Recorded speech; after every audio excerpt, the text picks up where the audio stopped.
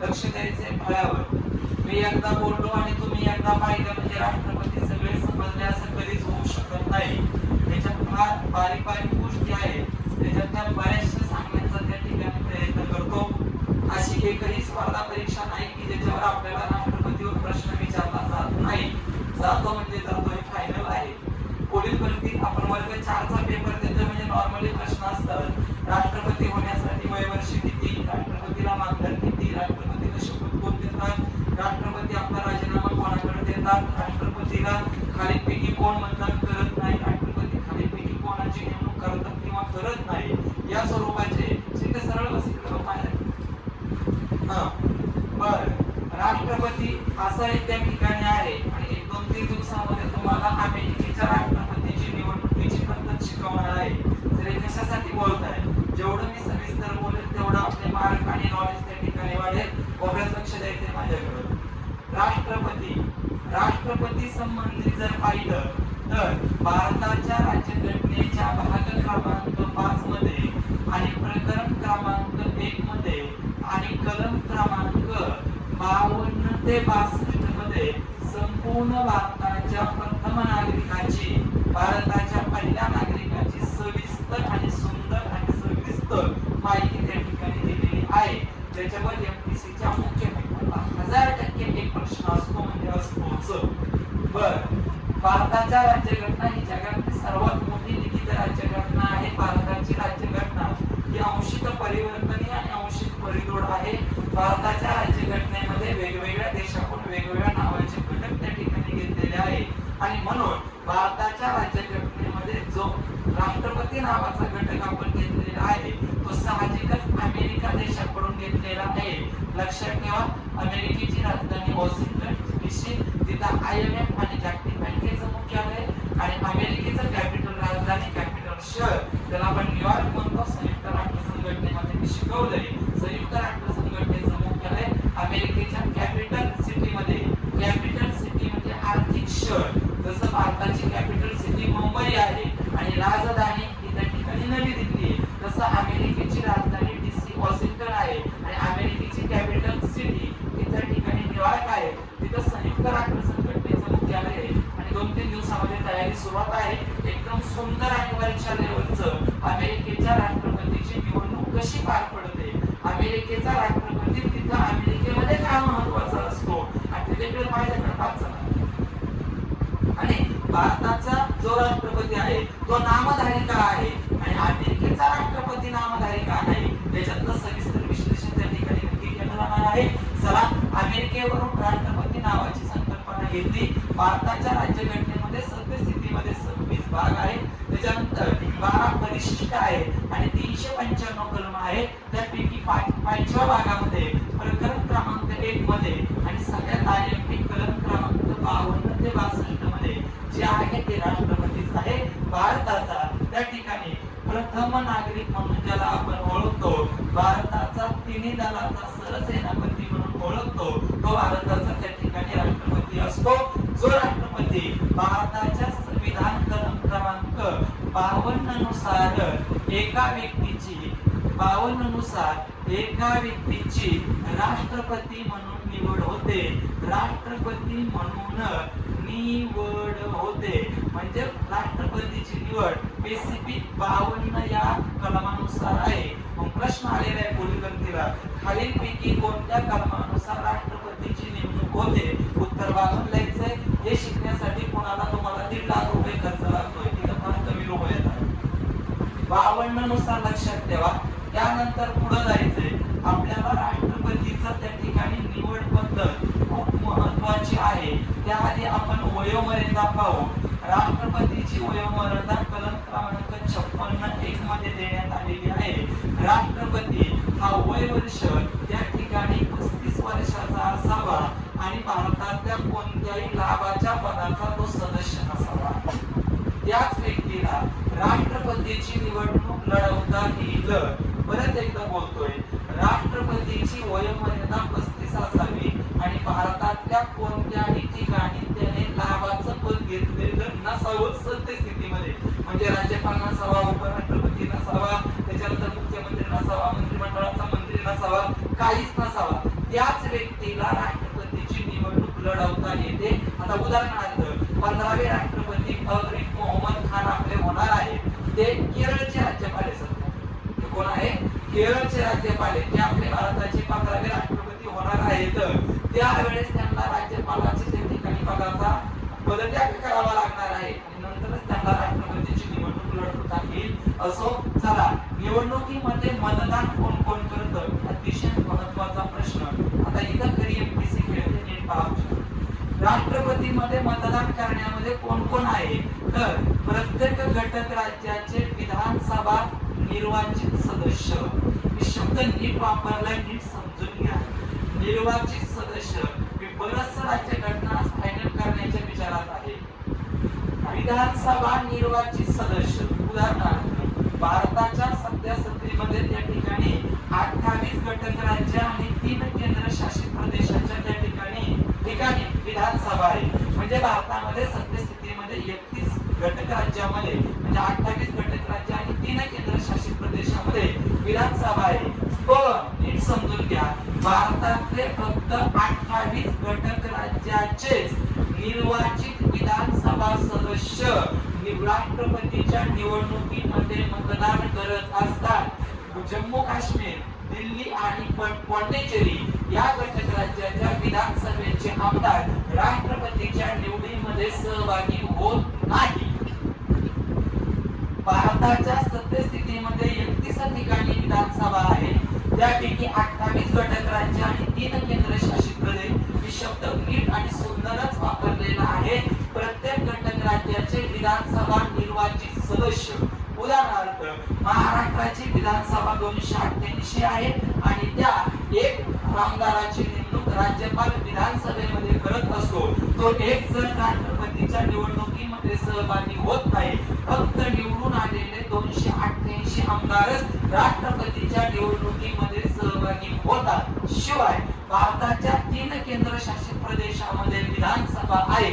उदाहरणार्थ दिल्लीचे 70 सदस्य आहेत. उदाहरणार्थ 120 सदस्य जम्मू काश्मीरचे आहेत. पांडेचेरीचे मला वाटतं 31 का 32 आहेत. हे राष्ट्रपतीच्या निवडणुकीमध्ये सहभागी नोंदवत नाही. समजून घ्या वाक्य. ओके चला पुढे कोण अजून? लोकसभा सदस्य. लोकसभा निर्वाचित सदस्य. मला शब्द नीटच आहे. लोकसभा निर्वाचित सदस्य आणि त्या ठिकाणी दुसरा शब्द आहे राज्यसभा निर्वाचित सदस्य. राज्यसभा निर्वाचित सदस्य. निर्वाचित शब्द पहा. आता ज्याप्रमाणे तुम्हाला समजलं सर, जरी भारतामध्ये 31 ठिकाणी विधानसभा असल्या तरी भारतातल्या 28 घटक राज्याचे विधानसभेचे आमदार राष्ट्रपतीच्या निवडणुकीमध्ये सहभागी होतात. पहिली गोष्ट, जरी महाराष्ट्राच्या विधानसभेमध्ये 288 आमदार असले आणि 1 जणांची नेमणूक राज्यपाल महाराष्ट्राच्या विधानसभेमध्ये जरी करत असता तरी निर्वाचित 288 सदस्यच आहेत तेच राष्ट्रपतीच्या निवडणुकीमध्ये सहभागी होतात. उदाहरणार्थ आता मणिपूरची निवडणूक झाली. परवा दिवशी मतदाने 70 आमदार निवडले जाणार आहेत. तिथं त्या ठिकाणी 70च जण येणाऱ्या जुलै महिन्याच्या महाराष्ट्र देशाच्या राष्ट्रपतीच्या निवडणुकीत सहभागी होतील. 403 उत्तर प्रदेशची त्या ठिकाणी सदस्य संख्या आहे. आता निवडणूक आहे जिथे बीजेपीचं परत एकदा सरकार त्या ठिकाणी तयार होते बहुमताने. तिथे 403 जण येणाऱ्या जुलै महिन्याच्या राष्ट्रपतीच्या निवडणुकीमध्ये सहभागी होतील. पंजाबची निवडणूक झालेली आहे. परवा दिवशी मतदाने 117 विधानसभा मतदारसंघ पंजाबमध्ये. तिथं आम आदमी पक्षाचं सरकार त्या ठिकाणी दिल्लीनंतर पुन्हा एकदा त्या ठिकाणी येते. नवीन मुख्यमंत्री आपल्याला पाहायला मिळणार आहे. 117 जण त्या ठिकाणी सहभागी होणार आहे. गोव्याची विधानसभा मतदारसंख्या 40 आहे. तिथले निवडून आलेले 40 जण जुलैच्या महिन्याच्या राष्ट्रपतीच्या निवडणुकीमध्ये सहभागी होणारे. सांगायचंय काय मला तर मणिपूरची विधानसभा निवडणूक झाली. उत्तर प्रदेशची निवडणूक झाली. त्याच्यानंतर पंजाबची झाली. त्याच्यानंतर उत्तराखंडची त्या ठिकाणी आहे. उत्तराखंडचे 70च आहे आणि त्या ठिकाणी सगळ्यात महत्त्वाचं गोवा. या 5 घटक राज्यांच्या 2022 मध्ये विधानसभेच्या निवडणुका झाल्या. आपल्याला त्या पाठ करायच्या. उत्तर प्रदेश, उत्तराखंड, मणिपूर, पंजाब, गोवा. मला सरळ प्रश्न राहणार अक्षय 2022 मध्ये खालीलपैकी कोणत्या ठिकाणी विधानसभा निवडणूक झाली नाही? एक 5 सोडून तुमच्या प्रश्नाचं काय असणार उत्तर. परत एकदा उत्तर प्रदेश पासून तयार झालेला उत्तराखंड, मणिपूर, पंजाब आणि गोवा या 5 घटक राज्याच्या विधानसभेच्या निवडणुका.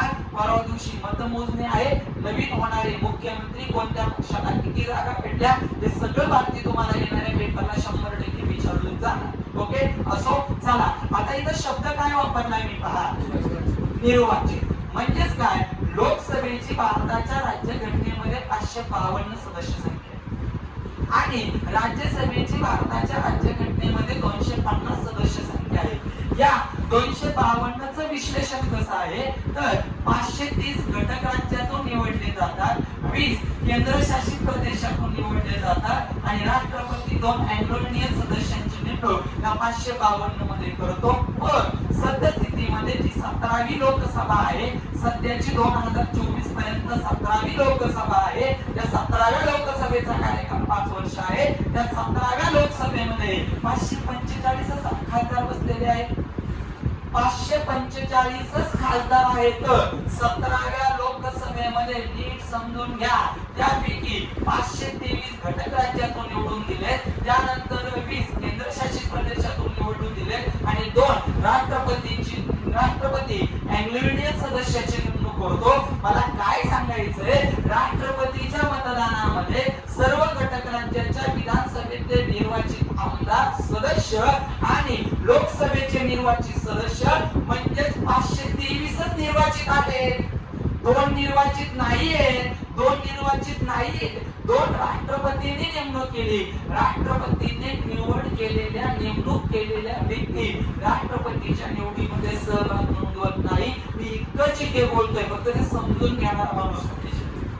552 आहे. लोकसभेमध्ये 552 खासदार लागतात, पण सध्या 17व्या लोकसभेमध्ये 545 खासदार आहे. 552 चं विश्लेषण, 28 घटक राज्यातून 530 खासदार, त्याच्यानंतर केंद्रशासित प्रदेशातून 20, अँग्लो इंडियन राष्ट्रपती नेमतो. अँग्लो इंडियन म्हणजे एकल संक्रमण, नंतर मी सांगेलच ते. त्यानंतर सध्याच्या 17व्या लोकसभेमध्ये 545 खासदार आहे. 545 पैकी 523 घटक राज्यातून, आपल्या महाराष्ट्रातून 48 खासदार निवडले जातात. महाराष्ट्रामध्ये विधानसभा सदस्य 288, विधान परिषद 78, लोकसभेमधून 48, राज्यसभेमध्ये 19 मिळून त्या ठिकाणी 67 संसदेमध्ये पाठवले जातात. 2021 चा प्रश्न आला होता. आणि मग या ठिकाणी या राष्ट्रपतीच्या निवडणुकीमध्ये 523 + 20 असे तुमचे येणाऱ्या आता 15व्या राष्ट्रपतीच्या निवडणुकीमध्ये 543 जणच निवडणुकीमध्ये सहभागी होणार. आणि आता मी राज्यसभेचं बोलतोय. राज्यसभेचे निर्वाचित सदस्य या शब्दाचा अर्थ आहे की राज्यसभेमध्ये 238 घटक राज्यातून निवडले जातात आणि 12 जणांची नेमणूक राष्ट्रपती राज्यसभेमध्ये करतो. राष्ट्रपतीच्या निवडणुकीमध्ये हे 12 जण सहभागी होत नाही. मी परत एकदा बोलतोय, निर्वाचित सदस्य सहभागी होतात. म्हणजे तुमचे राज्यसभेतले 238 खासदार, लोकसभेतले 543 खासदार आणि प्रत्येक घटक राज्याच्या विधानसभेचे निर्वाचित आमदार एवढे सहभागी होतात. सर आम्ही एवढा हक्क लक्षात ठेवायचं का? अजिबात नाही. तुम्ही एवढा शब्द लक्षात ठेवा, विधानसभा सदस्य, लोकसभा सदस्य, राज्यसभा सदस्य, विधान परिषद सदस्य अजिबात राष्ट्रपतीच्या निवडणुकीमध्ये सहभाग नोंदवत नाही. सर तुम्ही आतापर्यंत जे बोलताय त्याच्यावर पोलीस भरतीला काय आलंय? राष्ट्रपती कलम 52, राष्ट्रपती कोणत्या देशाकडून घेतलंय, राष्ट्रपतीसाठी वयोमर्यादा, राष्ट्रपतीला कोण मतदान करतं आणि आता सर मग हे सगळे मतदान करतात, नेमकं त्या मतांचं मूल्य कसं ठरवलं जातं? मी शिकवायला लावले सुरू करताना बोललो होतो मी राज्यसेवेच्या मेन पेपरचं बोलतो. ओके, बर आता पहा, एका विधानसभेच्या एका आमदाराचे मताचं मूल्य, आमदाराच्या मताचे मूल्य नेमकं कसं ठरवलं जातं? नीट ऐका. विधानसभा आमदाराच्या एका मताचं मूल्य प्रत्येक घटक राज्याच्या विधानसभेच्या आमदाराचं मताचं मूल्य सारखं नसतं. उत्तर प्रदेशच्या आमदाराचं मताचं मूल्य वेगळं आहे, महाराष्ट्राच्या आमदाराच्या मताचं मूल्य वेगळं आहे, मणिपूरच्या आमदाराच्या मताचं मूल्य वेगळं आहे, तुमच्या पंजाबच्या आमदाराच्या मताचं मूल्य वेगळं आहे. ते कसं ठरवलं जातं? संबंधित घटक राज्याची हे सूत्र येतात एमपीसीला. घटक राज्याची लोकसंख्या, संबंधित घटक राज्याची लोकसंख्या भागिले संबंधित घटक राज्याची विधानसभा निर्वाचित सदस्य गुणुले 1/1000 याच्यातून तुमच्या त्या विधानसभेच्या आमदाराचं मताचं मूल्य ठरवलं. आता उदाहरणार्थ मी महाराष्ट्राच्या एका आमदाराच्या मताचं मूल्य ठरवतो जुलै महिन्याच्या 15 जे त्या ठिकाणी अरब मोहम्मद त्या ठिकाणी आपले भारताचे राष्ट्रपती मुस्लिम होणार आहेत. बरं, आता महाराष्ट्राची संबंधित निर्वाचित सदस्य संख्या किती विधानसभेची? महाराष्ट्राची लोकसंख्या 18.24 गुणुले किती? 1/1000. मग याचं सगळ्याचा भागाकार करायचा. अंशस्थानी 2 कर, छेदस्थानी नाही. एका कारात 2 काराचा फरक, 2 कर छेदस्थानी कमी. इथं त्या ठिकाणी 1 लाख होणार. अतिसंक्षिप्त रूप द्या जे येईल ते महाराष्ट्राच्या एका आमदाराचं मताचं मूल्य. ते तुम्हाला पोलीस भरतीला नाही येणार, हे लक्षात ठेवा. हे नॉलेज म्हणून मी सांगतोय. त्यानंतर पुढं त्या ठिकाणी संसदेच्या एका खासदाराचे मताचे मूल्य. आता झालं संबंधित घटक राज्याचे निर्वाचित विधानसभा सदस्य हे मतदान करणारे फायनल झालं. त्यांचं मताचं मूल्य कसं ठरवलं जातं? संबंधित घटक राज्याची लोकसंख्या भागिले संबंधित घटक राज्याची निर्वाचित आमदारांची संख्या गुणिले 1/1000 यावरून ठरवलं जातं त्या घटक राज्याच्या संबंधित आमदाराचं मताची टक्केवारी. ओके. आता संसदेचे, लोकसभेचे खासदार निर्वाचित, राज्यसभेचे निर्वाचित खासदार यांचं मताचं मूल्य कसं ठरवलं जातं? नीट आहे का? त्या ठिकाणी संसदेतील, ठीक आहे, संसदेतील या त्या ठिकाणी निर्वाचित सदस्य संख्या त्याच्यावर विधान एकूण विधान सभेच्या सदस्यांच्या मतांची बेरीज गुणुले 1/1000 या सूत्रानुसार. तुम्ही लक्षात ठेवायचं नाही, ज्यांना पुढे पीएस व्हायचं त्यांनी लक्षात ठेवायचं. यावरूनच त्या ठिकाणी संसदेच्या एका खासदाराच्या एका संसदेच्या सदस्याचं मताचं मूल्य ठरवलं जातं. ओके, चला इथपर्यंत सर काय आम्ही लक्षात ठेवू? तुम्ही एवढं लक्षात ठेवा, वय वर्ष 35. तुम्ही एवढं लक्षात ठेवा, कलम क्रमांक 52. तुम्ही एवढंच लक्षात ठेवा, विधानसभा, लोकसभा, राज्यसभा खासदार. तुम्ही एवढंच लक्षात ठेवा, 17ची सभेची 17वी लोकसभा. तुम्ही एवढंच लक्षात ठेवा, महाराष्ट्राची विधानसभा 288. तुम्ही एवढंच लक्षात ठेवा, सध्या 545 खासदार आहे. तुम्ही एवढंच लक्षात ठेवा, 250 मध्ये 12 जण राष्ट्रपती, राज्यसभेमध्ये त्या ठिकाणी नेमणूक करतो. एवढं खूपच महत्वाचं आहे जे पेपरला येतं. चला पुढे जायचंय आपल्याला. सगळ्यात महत्वाचं राष्ट्रपतीचा कार्यकाल भारतीय संविधान कलम क्रमांक 60 नुसार ठरवण्यात आलेला आहे 5 वर्ष. आणि ह्या ज्या राष्ट्रपतीच्या निवडणुका आहे हे केंद्रीय निर्वाचन आयोग घेतं. लक्षात ठेवा, केंद्रीय निर्वाचन आयोगावर मी स्वतंत्र बोलणार आहे.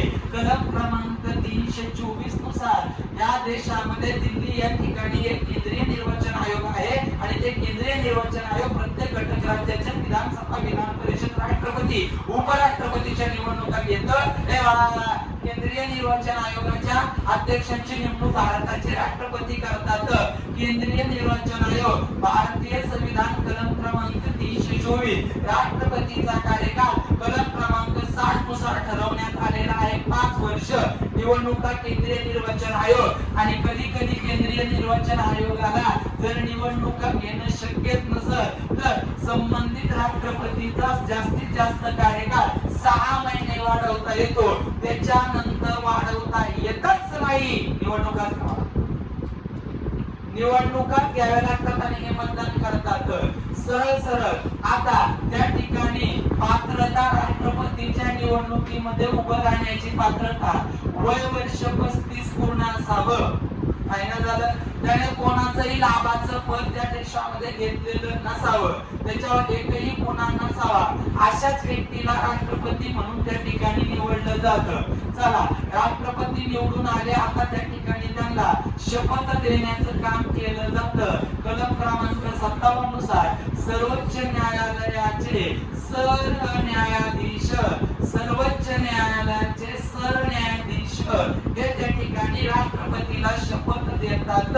लक्षात ठेवायचं. चला पुढे जायचं. राष्ट्रपती संबंधित पुढची महत्वाची माहिती. राष्ट्रपतीला वेतन किंवा ज्याला आपण मानधन असं म्हणून सध्या 5 लाख रुपये एवढं त्या ठिकाणी राष्ट्रपतीला वेतन आहे. देशाच्या संचित निधीतून दिलं जातं. देशाच्या संचित निधीतून राष्ट्रपतीला मानधन दर महिन्याला मासिक मानधन आहे 5 लाख रुपये त्या ठिकाणी दिलं जातं. चला पुढे जायचं. राष्ट्रपतीला राजीनामा द्यायचा आहे तर राष्ट्रपतीला राजीनामा हा उपराष्ट्रपतीकडे द्यावा लागतो. हे पण त्या ठिकाणी लक्षात ठेवायचं आहे. चला पुढे जायचंय आपल्याला. राष्ट्रपतीवर महाभियोग चालवता येतो ही संकल्पना खूप महत्वाची आहे. त्याआधी ज्या व्यक्तीला राष्ट्रपती पदाची निवडणूक लढवायची त्याला केंद्रीय निर्वाचन आयोगाकडे जाऊन 15,000 रुपये अनामत रक्कम भरावी लागते. अनामत रक्कम भरावी लागते आणि संसदेच्या एकूण सदस्यांपैकी 50 ते 100 सदस्यांच्या स्वाक्षऱ्या लागतात. राष्ट्रपतीच्या निवडणुकीचा अर्ज भरण्यासाठी अनामत रक्कम 15,000 रुपये आहे ती भरावी लागते आणि संसदेच्या एकूण सदस्याच्या किमान 50 ते कमाल 100 खासदारांची स्वाक्षरी असणारं पत्र राष्ट्रपतीच्या फॉर्म भरण्यासाठी केंद्रीय निर्वाचन आयोगाकडे सादरीकरण करावं लागतं. ते महत्वाचं नाही. चला, राष्ट्रपतीवर महाभियोग चालवता येतो पण आतापर्यंत 14 राष्ट्रपती होऊन गेले वेगवेगळ्या वेळी. एकाही राष्ट्रपतीवर महाभियोग चालवला जात नाही. आता महाभियोगाची प्रक्रिया कशी असते याच्यावर राज्यसभेला प्रश्न येऊ शकतो.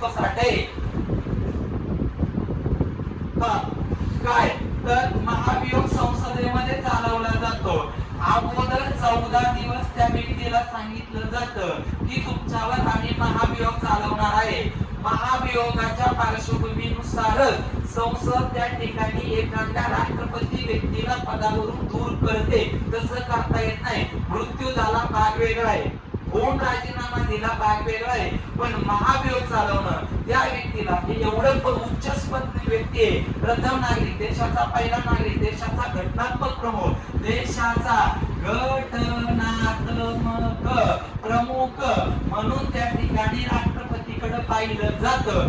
अशा व्यक्तीवर महाभियोग चालवणं हे चांगलं नाहीये. तो व्यक्ती त्या ठिकाणी चांगलं जीवन जगू शकत नाही, कारण ते वेगळ्या पद्धतीची प्रक्रिया आहे, विकत जाण्याची प्रक्रिया आहे. पण असं आतापर्यंत झालं नाही. काय होतं, संसदेचे 2 सदस्य आहे, एक आहे लोकसभा आणि दुसरा आहे त्या ठिकाणी राज्यसभा. एकूण सदस्याच्या एखाद्या 1/4 सदस्यांनी त्या ठिकाणी स्वाक्षरी केली पाहिजे आणि 3/4 सदस्यांनी ते मान्य केलं पाहिजे. अशाच वेळी एखाद्या व्यक्तीवर महाभियोग सफल होऊन त्या व्यक्तीला त्या पदावरून दूर करता येतं. पहिली महत्वाची गोष्ट नीट ऐका, संकेत माझ्याकडे बघा की महाभियोग संसदेमध्ये चालवता येतो. राष्ट्रपतीला महाभियोगावरून दूर करता येतं. आता समजा लोकसभेच्या 1/4 सदस्यांनी सांगितलं महाभियोग चालवायचा, त्यावेळेस राज्यसभेमध्ये ठीक आहे का, त्यावेळेस राज्यसभेमध्ये का बरं त्या राष्ट्रपतीवर महाभियोग चालवला यांच्या कारणांचं विश्लेषण होतं. राष्ट्रपतीला किंवा त्याच्या प्रतिनिधीला की तसं काही केलं नाही असं राज्यसभेमध्ये सांगता येतं, सांगावं लागतं. नाही सांगितलं तरी चालतं आणि मग संसद वेळबुद्धीने एकूण सदस्यांच्या 3/4 सदस्यांनी जर होकार दर्शविला तर त्या व्यक्तीला राष्ट्रपतीला महाभियोगाद्वारे संसद त्या ठिकाणी पदावरून पदमुक्त करते. त्या ठिकाणी राजीनामा द्यावा लागतो. ती फार मानहानी क्रांतिकारक गोष्ट आहे, पण भारताच्या स्वर्णाक्षरामध्ये आतापर्यंत राष्ट्रपतीवर 14 जण राष्ट्रपती झालेले, त्यांच्यावर महाभियोग त्या ठिकाणी चालवला गेलेला नाही, हे त्या ठिकाणी लक्षात ठेवा. असो, चला पुढे जायचं. राष्ट्रपतीचं त्या ठिकाणी सगळ्यात आयएमपी कार्य, राष्ट्रपती नेमकं कोणाकोणाच्या नेमणुका करतं, सगळ्यात आयएमपी प्रश्नाचा आता मी बोलत त्या ठिकाणी सुरुवात करतोय. राष्ट्रपती काय काय करतो, तर राष्ट्रपती सगळ्यात एक नंबर तीनही दलाचे सेना प्रमुख शिवाय नवीन पद निर्माण झालेले सीडीएस यांची नेमणूक करण्याचं काम भारताचे राष्ट्रपती त्या ठिकाणी करत असतात. तिन्ही दलाचे सेना प्रमुख म्हणजे हवाई दलाचे एअर चीफ मार्शल, नौदलाचे ऍडमिरल, भूदलाचे जनरल या तिघांची नेमणूक करण्याचं काम भारताचे राष्ट्रपती करतात. म्हणून भारताचे सरसेनापती शब्द लय महत्वाचा आहे, गोंधळून जाऊ नका. भारताचे सरसेनापती कोण? राष्ट्रपती. भारताचे जनरल कोण? उत्तर वेगळं. भारताचे एअर चीफ मार्शल कोण? उत्तर वेगळं. भारताचे ऍडमिरल कोण? उत्तर वेगळं. पण भारताचे सरसेनापती कोण? त्याचं उत्तर त्या ठिकाणी राष्ट्रपती म्हणूनच आपल्या समोर येईल. त्या ठिकाणी तीनही दलाच्या सेना प्रमुखांची नेमणूक प्लस सेना प्रमुखावर देखरेख ठेवण्यासाठी सीडीएस बिपिन रावत होते, त्यांचा मृत्यू झाला, त्याच्यानंतर नवीन होईल आणि या तीनही दलाच्या प्रमुखांची आणि सीडीएस ची नेमणूक करण्याचं काम सरसेनापती करतात. नीट ऐका, नीट ऐका, नीट ऐका. पुढे पंतप्रधान व मंत्रिमंडळ यांना शपथ देण्याचं काम त्या ठिकाणी पण तुमचे राष्ट्रपती करत असतात. मी 50% घटना संपूर्ण टाकणार आहे, तुमच्या लक्षात पण येणार नाही मी काय काय बोलतोय. पंतप्रधान आणि मंत्रिमंडळ एकूण खासदारांच्या 15%च मंत्री लागतात. एकूण खासदारांच्या 15%च मंत्री लागतात. मी नाही सांगत 2021 ला पुढे घडतील प्रश्न आहे. एकूण खासदारांच्या किती टक्के मंत्री लागतात? 15. मंत्र्यांचे प्रकार 3 आहे. मंत्र्यांचे प्रकार 3 आहे. एक कॅबिनेट मंत्री खूप महत्त्वाचे मंत्री असतात, 2 राज्यमंत्री आणि 3 उपमंत्री. हे मंत्र्यांचे 3 प्रकार आहे. जसं रस्त्याचे 3 प्रकार आहे, राष्ट्रीय महामार्ग, राज्य महामार्ग आणि जिल्हा महामार्ग. तालुका महामार्ग रस्त्याचा प्रकार नाही, मी नाही सांगत, पोलीस भरतीने सांगितले. तसं तुमचं कॅबिनेट मंत्री, राज्यमंत्री, उपमंत्री हे मंत्र्यांचे त्या ठिकाणी 3 प्रकार आहे. पंतप्रधान आणि मंत्रिमंडळ यांना शपथ देण्याचं काम करतो. मी जे आता बोलतोय ते देशाचं कार्यकारी मंडळ आहे. देशाचं कार्यकारी मंडळ आहे. देशाच्या कार्यकारी मंडळामध्ये राष्ट्रपती, उपराष्ट्रपती आणि पंतप्रधान आणि मंत्रिमंडळ यांचा समावेश होतो. पण देशाचं त्या ठिकाणी कायदे मंडळ वेगळे. देशाचं कायदे मंडळ लोकसभा, राज्यसभा आणि त्या ठिकाणी राष्ट्रपती यांचा कायदे मंडळामध्ये समावेश होतो. देशाची कायदा करणारी सर्वोच्च संस्था भारताची संसद आहे. पोलीस भरतीला आलेला प्रश्न आहे. एक कायदे मंडळ आहे आणि हे मी जे बोलतोय ना आता, राष्ट्रपती, उपराष्ट्रपती, पंतप्रधान, मंत्रिमंडळ हे देशाचं कार्यकारी मंडळ आहे. देशाचा वास्तव कार्यकारी प्रमुख पंतप्रधान असतो. देशाचा घटनात्मक प्रमुख हा राष्ट्रपती असतो. कायदा करणारी सर्वोच्च संस्था ही भारताची संसद आहे. कायदे मंडळामध्ये मंत्रिमंडळ, पंतप्रधानाचा समावेश होत नाही. कायदे मंडळ, लोकसभा, राज्यसभा, राष्ट्रपती, देशाचं वास्तव कार्यकारी मंडळ म्हणजे राष्ट्रपती, उपराष्ट्रपती, तुमचं पंतप्रधान आणि मंत्रिमंडळ. असो, चला पुढे जायचंय. प्रत्येक घटक राज्याचे राज्यपाल, प्रत्येक केंद्रशासित प्रदेशाचे नायक राज्यपाल, त्याच्यानंतर दिल्ली व पॉंडिचेरी या ठिकाणचे मुख्यमंत्री. किती भारी नाव आहे जेव्हा. दिल्ली व पॉंडिचेरी इथले मुख्यमंत्र्यांची नेमणूक करण्याचं काम त्या ठिकाणी राज्यपाल करत असतात. चला पुढे जायचंय. रिझर्व्ह बँक ऑफ इंडिया, बँकांची बँक, बँकांच्या बँक, रिझर्व्ह बँक ऑफ इंडियाच्या गव्हर्नर जनरलांची नेमणूक त्या ठिकाणी भारताचे राष्ट्रपती करत असतात. पुढे जायचंय. सर्वोच्च न्यायालयाचे सरन्यायाधीश, सर्वोच्च न्यायालयाचे सरन्यायाधीश सध्याचे 48वे यांनी विरमणा. सर्वोच्च न्यायालयाच्या सरन्यायाधीशांची नेमणूक भारताचे राष्ट्रपती करतात. सध्याचे 48वे यांनी विरमणा आहेत. चला, प्रत्येक घटक राज्याच्या उच्च न्यायालयाचे मुख्य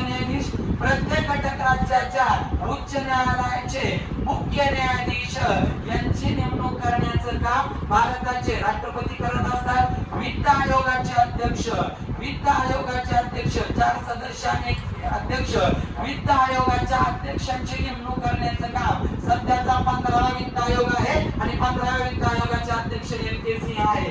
त्यानंतर वेतन आयोगाचे अध्यक्ष, वेतन आयोगाचे अध्यक्ष सध्याचा 7वा आणि शेवटचा वेतन आयोग आहे. त्या ठिकाणी त्याच्या अध्यक्षांची नेमणूक करण्याचं काम त्या ठिकाणी भारताचे राष्ट्रपती करत असतात. त्यानंतर पुढे जायचंय तुमच्या लोकसंख्या आयोगाचे अध्यक्ष, लोकसंख्या आयोगाचे अध्यक्षांची नेमणूक करण्याचं काम त्या ठिकाणी राष्ट्रपती करत असतात. केंद्राच्या अधिपत्याखाली असलेल्या विद्यापीठांच्या कुलगुरूंची नेमणूक करण्याचं काम राष्ट्रपती करत असतात. परदेशी, त्याच्यानंतर इस्रोच्या प्रमुखांची, भारतीय अवकाश संशोधन संस्था इस्रो ISRO त्याचं मुख्यालय बंगळुरू, स्थापना 15 ऑगस्ट 1969 ला आहे. त्या अध्यक्षांची नेमणूक करण्याचं काम त्या ठिकाणी राष्ट्रपती करत असतात. त्यानंतर अजून काय राहिलं, भारताचे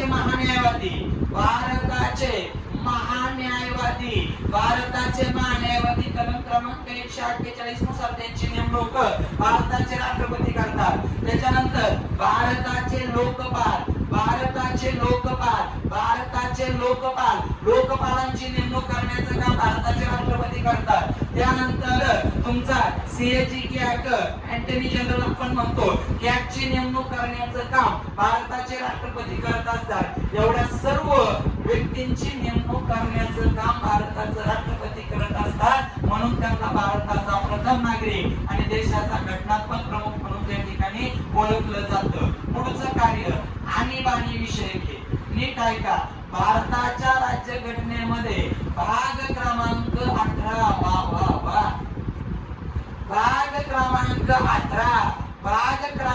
18 मध्ये 3 प्रकारच्या आणीबाण्या दिलेल्या आहेत. मी नाही सांगत, पोलीस भरतीला प्रश्न आला होता, आणीबाणी कोणत्या भागात आहे? 18व्या भागात आहे. भारताच्या राज्यघटनेत 26 भाग आहे, त्यापैकी 3 आणीबाण्या आपण घेतलेल्या आहे. कुठं? जर्मनी, राजधानी बर्लिन. जर्मनीकडून आणीबाणी घेतलाय, जसं आपण राष्ट्रपती अमेरिकेकडून घेतलाय. आणीबाणी पहिल्यांदी आहे राष्ट्रीय आणीबाणी भारतीय संविधान कलम क्रमांक 352. एका आठवड्याच्या आत राष्ट्रपतीची परवानगी घ्यावी लागते. सर्वप्रथम राष्ट्रीय आणीबाणी भारत पाकिस्तानच्या युद्धाच्या वेळेस 1962 ला लावली होती. सर्वप्रथम राष्ट्रीय आणीबाणी 1962च्या भारत चीन युद्धाच्या वेळेस लावली होती. चीनने भारताला पाठवून केलं होतं त्यावेळेस. त्यानंतर तुमची राज्य आणीबाणी भारतीय राज्यघटनेच्या कलम क्रमांक 356 नुसार राज्य आणीबाणी लावली जाते. सर्वप्रथम 1952 ला पंजाब राज्यामध्ये राज्य आणीबाणी लावली होती. सर्वात जास्त आतापर्यंत आणीबाणी कोणती लावली? राज्य आणीबाणी लावली. राज्य आणीबाणी किमान 1 वर्ष, कमाल 3 वर्ष लावता येते. महाराष्ट्र सारख्या राज्यामध्ये आतापर्यंत किती वेळा आणीबाणी लागली? 3 वेळा लागलेली. 3 वेळा लागली महाराष्ट्रामध्ये आणीबाणी. या प्रश्नाची उत्तर की लाखो रुपयाची पुस्तकाला भेटणार नाही तुम्हाला. 3 वेळा महाराष्ट्रामध्ये राज्य आणीबाणी लागली. राज्यपालाच्या सल्ल्यानुसार राष्ट्रपती त्या घटक राज्यामध्ये विधानसभा बरखास्त करून किमान 1 वर्ष किंवा कमाल 3 वर्षासाठी राज्य आणीबाणी जाहीर करतो. राज्यपाल तिथं काम करत असतो. आणि आतापर्यंत आर्थिक आणीबाणी लागलीच नाही. देशाचं चलन जर संपलं तर कलम क्रमांक 360 नुसार आर्थिक आणीबाणी लावली जाते. जागतिक बँक त्या देशातलं महत्त्वाच्या संस्था विकायला काढते, जमिनी विकायला काढते. आणीबाणी फ्रान्स मध्ये लागली होती 2019 ला, त्यानंतर पुढे लागली नाही. आतापर्यंत सर्वात जास्त राज्य आणीबाणी, नंतर राष्ट्रीय आणीबाणी, आर्थिक आणीबाणी एकदाही लागली नाही. पेपरला प्रश्न आहे मेजर. खालीलपैकी भारतामध्ये कोणत्या आणीबाणीचा वापर केला नाही? आर्थिक आणीबाणी, राष्ट्रीय आणीबाणी 352, राज्य आणीबाणी 356, आर्थिक आणीबाणी 360 आणि सगळ्यात महत्वाचं भाग क्रमांक 18 मध्ये आणीबाणी आहे. त्यानंतर जो तुम्हाला महाभियोग सांगितला होता तो कलम क्रमांक 61 नुसार लक्षात ठेवा, कलम क्रमांक 61 नुसार राष्ट्रपतीवर महाभियोग चालवता येतो. महत्वाचं वाक्य राहिलं सांगायचं, कलम क्रमांक 61 नुसार राष्ट्रपतीवर महाभियोग चालवता येतो. चला, राष्ट्रपतीला क्षमादानाचा अधिकार आहे. कलम क्रमांक 72 नुसार राष्ट्रपतीला क्षमादान करता येतं. एखाद्या व्यक्तीला फाशी झाली तर त्याची फाशी रद्द करणं, एखाद्या व्यक्तीला खूप शिक्षा झाली तर त्याची शिक्षा कमी करणं, हे क्षमादानाचे अधिकार राष्ट्रपतीला भारताच्या संसदेने बहाल केलेले आहेत. ते त्या ठिकाणी महत्वाचं. त्यानंतर एकाच वेळी राष्ट्रपती आणि उपराष्ट्रपती ही दोनही पद रिक्त झाली तर भारताचे राष्ट्रपती सर्वोच्च न्यायालयाचे सरन्यायाधीश, सर्वोच्च न्यायालयाचे सरन्यायाधीश हे राष्ट्रपती म्हणून काम पाहतात. अशी घटना सन 1969 ला घडली होती. झाकीर हुसेन भारताचे राष्ट्रपती यांचा मृत्यू झाला. व्ही गिरी राष्ट्रपतीच्या निवडणुकीसाठी उपराष्ट्रपती पदाचा त्याग केला होता. परत सांगतो, 3 मे 1969 ला झाकीर हुसेन या राष्ट्रपतीचा मृत्यू झाला. व्ही गिरी हे त्या ठिकाणी भारताचे उपराष्ट्रपती होते, पण त्यांना राष्ट्रपतीची निवडणूक लढायची होती म्हणून त्यांनी उपराष्ट्रपतीचा त्या ठिकाणी राजीनामा दिला होता. त्यावेळेस सर्वोच्च न्यायालयाच्या त्या ठिकाणी सरन्यायाधीश हिदायतुल्लाह या व्यक्तीने भारताचं राष्ट्रपती म्हणून 3 महिने काम केलेलं आहे. अशी घटना भारताच्या इतिहासामध्ये घडली. सन 1969 ला झाकीर हुसेनचा मृत्यू, व्ही गिरींचा उपराष्ट्रपतीचा राजीनामा आणि हिदायतुल्लाह यांनी या सर्वोच्च न्यायालयाच्या सरन्यायाधीशांनी त्या ठिकाणी राष्ट्रपती म्हणून काम पाहिलेलं आहे. ओके, चला पुढे जायचंय. आतापर्यंत राष्ट्रपतीचा इतिहास कसा उलगडून दाखवला जाईल ते पाहू. भारताचे पहिले राष्ट्रपती आणि सलग 2 वेळा झालेले राष्ट्रपती डॉक्टर राजेंद्र प्रसाद, डॉक्टर राजेंद्र प्रसाद पहिले आणि सलग 2 वेळा राष्ट्रपती पद भारताच्या राज्यघटनेमध्ये असं लिहिलंय की तुम्ही मरेपर्यंत राष्ट्रपतीची निवडणूक लढू शकता. अमेरिकेच्या राष्ट्राध्यक्षांचं तसं नाही, सलग 2 वेळा. तिसऱ्यांदा व्हायचं असेल तर थांबावं लागेल. आता रशियाला प्रकाश होता ते रशियाच्या राष्ट्रपती तसाचे सलग 2 वेळा. तिसऱ्यांदा होता येणार नाही, तिसऱ्यांदा तुम्ही पंतप्रधान व्हा. ओके, चला. पहिले मुस्लिम राष्ट्रपती कोण? झाकीर हुसेन. पहिले मुस्लिम मध्ये महत्वाचे वाक्य काय सर्व? झाकीर हुसेन हे पहिले मुस्लिम राष्ट्रपती. चला, पहिले दलित राष्ट्रपती के.आर. नारायण, के.आर. नारायण. चला, पहिल्या महिला राष्ट्रपती, पहिल्या प्रतिभाताई पाटील, प्रतिभाताई पाटील. पहिले सिख राष्ट्रपती ज्ञानी झैल सिंग, ज्ञानी झैल सिंग. त्याच्यानंतर सर्वात जास्त मतांनी निवडून आलेले त्या ठिकाणी राजेंद्र प्रसाद, राजेंद्र प्रसाद. त्यानंतर सर्वात कमी निवडून आलेले व्ही गिरी हे सर्वात कमी. सर्वात तरुण राष्ट्रपती, सर्वात तरुण राष्ट्रपती एन.एस. रेड्डी हे सर्वात तरुण राष्ट्रपती म्हणून त्यांच्याकडे त्या ठिकाणी पाहिलं जातं. पण शक्यतो आपल्याला महिला आणि सद्यस्थितीमध्ये 14वे राष्ट्रपती म्हणून त्या ठिकाणी सगळ्यात महत्वाचं उत्तर प्रदेश राज्यातून आलेले रामनाथ कोविंद हे त्या ठिकाणी भारताचे राष्ट्रपती. जुलै महिन्यापर्यंत त्यांचा 5 वर्षाचा कार्यकाल संपणार आहे. कोण होणार आहे 15वे हे सुद्धा त्या ठिकाणी मी तुम्हाला सांगितलेलं आहे. आणि राष्ट्रपती आपला राजीनामा उपराष्ट्रपतीकडे सादर करतो. कलम कोणती महत्वाची? क्षमादानाचं 72, महाभियोग 61 आणि राष्ट्रपतीची नेमणूक 52. याच्यावर येतो भारताचा घटनात्मक प्रमुख राष्ट्रपती, प्रथम नागरिक राष्ट्रपती. युद्ध जाहीर करण्याचं आणि युद्ध समाप्ती करण्याचं काम राष्ट्रपतीचं आहे. त्याचबरोबर एखादं विधेयक, धनविधेयक आहे किंवा नाही, धनविधेयक मांडण्याची पूर्व परवानगी ही राष्ट्रपतीचीच त्या ठिकाणी अर्थमंत्र्याला घ्यावी लागते. लोकसभेचे सभापती ठरवतात धनविधेयक आहे किंवा नाही.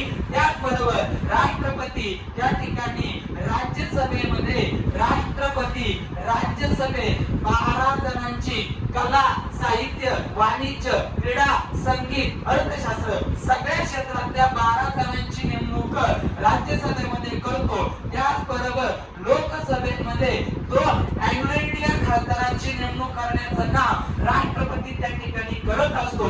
एवढं सर्व राष्ट्रपतीवर खूप महत्वाचं आहे. जे पण आपण अमेरिकेकडून घेतलंय, एकाच व्यक्तीची राष्ट्रपती निवड होते, समान मत पडत नाही.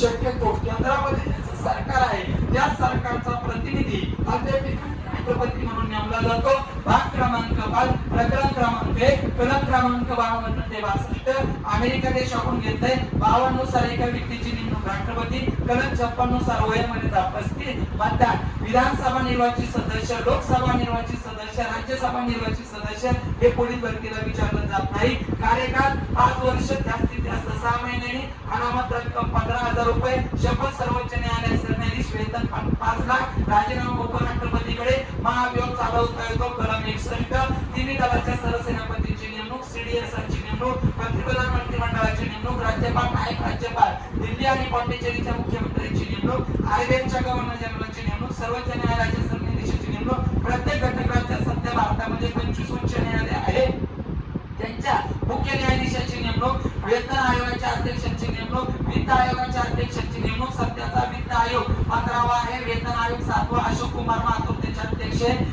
एन व्ही रेड्डी हे वित्त आयोगाचे अध्यक्ष आहे. लोकसंख्या आयोगाच्या अध्यक्षांची, विद्यापीठांचे कुलगुरू, इस्रोच्या प्रमुखांची, भारताच्या महान्यायवाद्याची, भारताच्या लोकपालाची, कॅग सीएची याची नेमणूक त्या ठिकाणी कलम क्रमांक 76 नुसार केली जाते. त्याचबरोबर राज्यसभेमध्ये 12 जणांची, लोकसभेमध्ये 2 अँग्लो इंडियन सदस्यांची नेमणूक राष्ट्रपती करतो.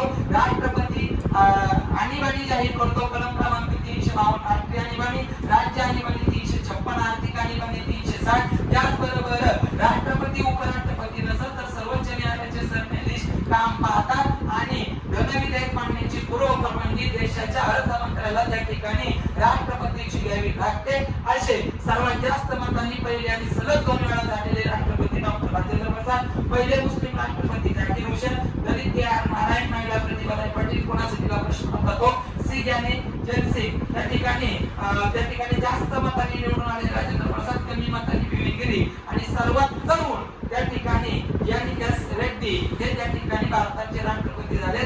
अजून एक माहिती, भारताच्या 6 उपराष्ट्रपतींनी राष्ट्रपती म्हणून काम केले. भारताच्या सर्वपल्ली राधाकृष्णन भारताचे उपराष्ट्रपती होते, नंतर ते राष्ट्रपती झाले. असे 6 व्यक्ती आहेत की जे उपराष्ट्रपती होते, त्यांनी राष्ट्रपती म्हणून काम पाहिले. सर आम्ही काय लक्षात ठेवू तेवढंच आम्हाला सांगा, बाकी बोलू नका काही. कलम 52 विधानसभा, लोकसभा, राज्यसभा, त्यानंतर शपथ, कार्यकाळ, नेमणुका कोणाकोणाच्या, राज्यसभेत 12 जणांची फिक्स प्रश्न, राज्यसभेमध्ये राष्ट्रपती किती जणांची नेमणूक करतो, पहिले महिला आणि सध्याच्या तुमच्या पोलीस भरतीपर्यंत नवीन येतील, नवीनांची माहिती पण सुंदर त्या ठिकाणी सांगितली.